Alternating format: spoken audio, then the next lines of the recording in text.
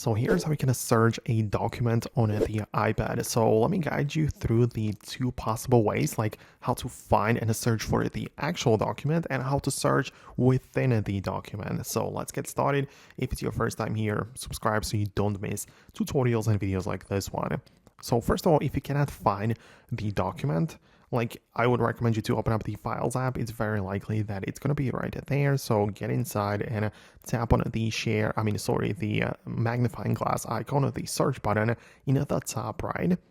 And this gives you the ability to look it up either by the name of the file, if you know it, or by the file type. So you can type in the PDF, for example, and click to only search for PDF extension files, or as well for the Word documents or whatever, right? So that's how you can find it, first of all, in here on your iPad.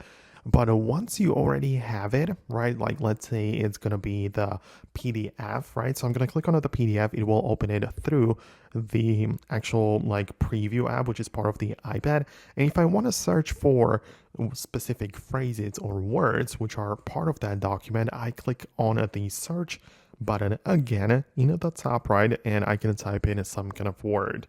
So at the bottom, I have this little text field, so I can type something in, and it will try to see how many times the word shows up in there, right? So you can just scroll through it and see the matches, and yeah, that's how we can look it up.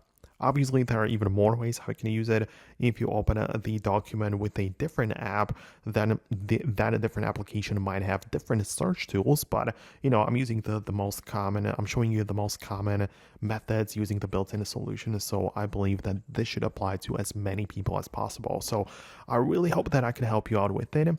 If there are some more questions you might have, let me know about those below. Thanks a lot for watching, and I'll see you in the next videos as well.